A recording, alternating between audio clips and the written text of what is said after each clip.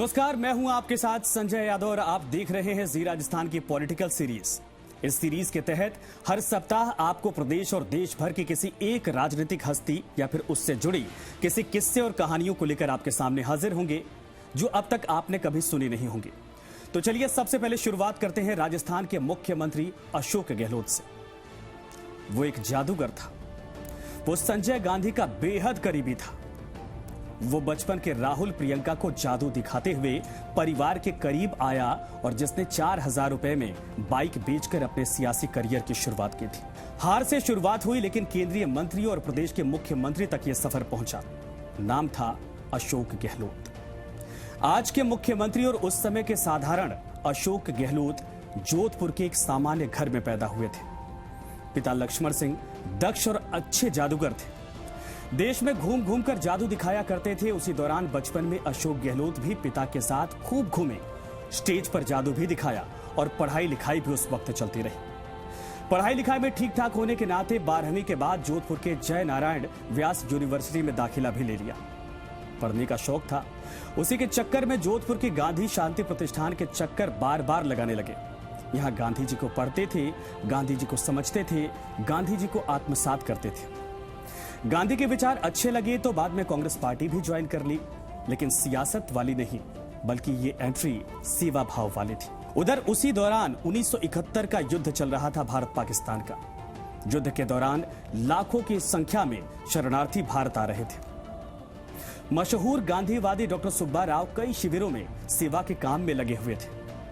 अशोक गहलोत भी पहुंच गए सेवा भारती के कारकुन के तौर पर। काम में जुटे हुए थे कि एक दिन शिविर में ही तत्कालीन प्रधानमंत्री इंदिरा गांधी का दौरा हुआ। इंदिरा गांधी की निगाहें 20 साल के अशोक गहलोत पर पड़ी। अशोक गहलोत की मेहनत और काम के प्रति लगन को देखकर इंदिरा ने बोला कि अशोक तुम कांग्रेस ज्वाइन कर लो। चुनाव लड़ने लायक उम्र हासिल करने में अभी 5 साल का वक्त था, क्योंकि 20 साल के थे। ऐसे में खुद को मांझने के लिए, मजबूत करने के लिए, जो आजकल कहते हैं मुख्यमंत्री अशोक गहलोत की रगड़ाई हुई थी, खुद को रगड़ने के लिए वर्धा चले गए और गांधी आश्रम में रहने लगे। घर लौटे तो गांधीवादी नेता बन चुके थे। सूरज डूबने से पहले खाने पीने की आदत लग गई थी। खद्दर पहनने के वो आदी हो चले थे। हाव भाव पूरी तरीके से गांधीवादी छाप हाव भाव में दिख रहा था। इसके बाद अब साल था 1972 का। 72 में बीएससी की पढ़ाई पूरी कर चुके थे। रोजगार था नहीं।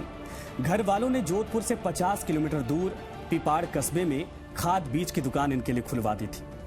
धंधा चला नहीं, घर वापस आ गए। आगे की पढ़ाई के लिए फिर से दाखिला लिया। इस बार एमए अर्थशास्त्र की डिग्री हासिल के लिए उन्होंने एडमिशन करवाया। इस दौरान कांग्रेस के छात्र संगठन एनएसयूआई से भी वो जुड़ गए। यूनिवर्सिटी में चुनाव भी लड़ा। महासचिव की पोस्ट पर चुनाव हार गए, लेकिन सियासत जारी थी। और अब वक्त था 1973 का। संजय गांधी का प्रभाव तेजी से कांग्रेस में बढ़ता जा रहा था। युवाओं की पूछ बढ़ती जा रही थी। अशोक गहलोत एनएसयूआई के राज्य अध्यक्ष बना दिए गए। आपातकाल के दौरान संजय ने युवा कांग्रेस को काम दिया। गांव-गांव जाकर 20 सूत्रीय कार्यक्रम का प्रचार करने को कहा गया। अशोक गहलोत ने जमकर मेहनत की और संजय गांधी बेहद करीबी उस दौर में अशोक गहलोत के थे। आपातकाल खत्म हो चुका था। कांग्रेस लोकसभा हार चुकी थी। जनता पार्टी के राज में विधानसभा चुनाव लड़ने को कांग्रेसी खोजे नहीं मिल रहे थे। तब अशोक गहलोत ने मौके को भांपा और जोधपुर की सरदारपुरा सीट से लड़ने के लिए संजय गांधी से टिकट मांग लिया। उम्र थी महज 26 साल। पूंजी के नाम पर सिर्फ एक मोटरसाइकिल थी। उसे 4,000 रुपए में बेच दिया। जैसे तैसे करके चुनाव लड़ा। सामने थे जनता पार्टी के माधव सिंह। उनसे 4,329 के अंतर से चुनाव इस बार भी हार गए। लेकिन राजनीति में बोहनी खराब हुई इनकी। उसके बाद केंद्र की जनता पार्टी सरकार 3 साल हिचकोले खाने के बाद सरकार गिर गई, सरकार डूब गई। 1980 में नए सिरे से देश में चुनाव हुए। इस बार संजय ने उन्हें जोधपुर से लोकसभा का टिकट दिया। चुनाव लड़ने के लिए इस बार भी कुछ खास पैसा नहीं था। अब शुरू होती है अशोक गहलोत के संघर्षों की कहानी। यहां से अशोक गहलोत के एक दोस्त थे, रघुवीर सेन। उनके सलून में कार्यालय खुला गया था अशोक गहलोत का।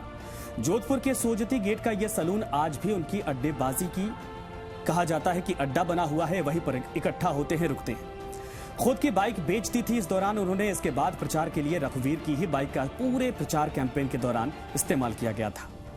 खुद के पोस्टर खुद चस्पा किया करते थे, खुद प्रचार किया करते थे, खुद लोगों से वोट मांगा करते थे। इसके बाद जब नतीजे आए तो जनता पार्टी के बलवीर सिंह कच्छावा को 52,529 वोटों से हरा दिया। दिल्ली पहुंच गए अशोक गहलोत। इसके बाद दिल्ली में रहने के दौरान इंदिरा गांधी से नजदीकी बढ़ी।